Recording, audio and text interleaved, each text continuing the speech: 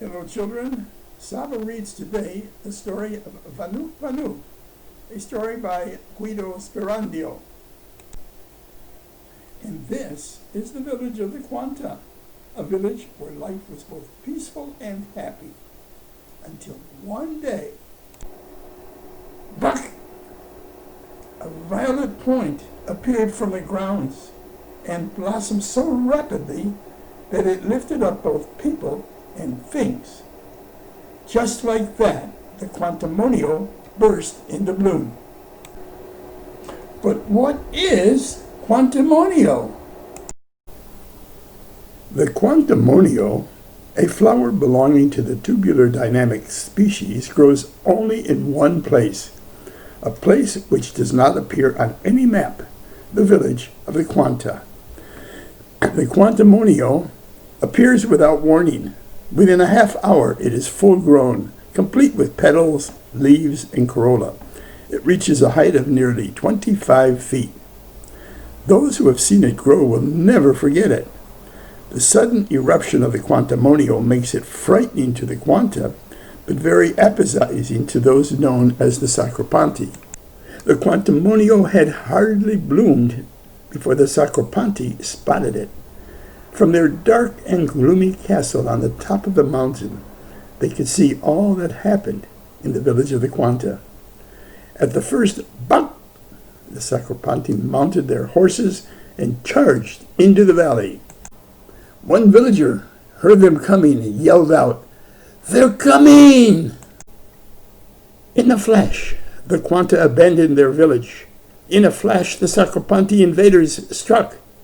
They pulled up every Quantamonio to the last root. They emptied houses, chicken coops, and stables. What they could not carry away, they destroyed. But who are Sacropanti? The Sacropanti are a people who have been noted from the time of antiquity for their warlike nature and their love of destruction. Defeated and held back by the Roman legions, the Sacropanti are minutely described in the chronicles of the time. Over the course of centuries, their exploits have become well known throughout the continent of Europe. The Sacropanti exist in order to destroy. War is their only pastime, profession, and goal. Every Sacropanti is born wearing armor. The armor is identified for all except the chief, who has an additional horn on his helmet. The Sacropanti do not think or reason, and therefore do not make decisions. Thinking is the exclusive duty of their chief, who is the supreme authority. What do the Sacropanti eat and drink and wear? Exclusively Quantamonio, which is also their medicine and the raw material for everything they need and use. The only person to remain in the village during the attack was the blacksmith. Naturally, he was well hidden inside the foliage of a tree. Upon seeing the last of the Sacropanti vanish, he climbed down and whistled. This was the signal. The Quanta crept cautiously out from behind the bushes of the surrounding hills and returned to what had once been their pleasant village. The blacksmith scratched his head. It was his way of thinking. He walked to the main square and whistled again. This was the sign for the Quanti to assemble.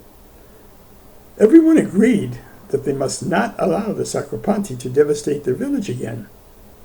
Since the Sacropanti were so much stronger, it was necessary for the Quanta to find an ingenious idea. As usual, it was the blacksmith who had it. As usual, it was the blacksmith who carried it out.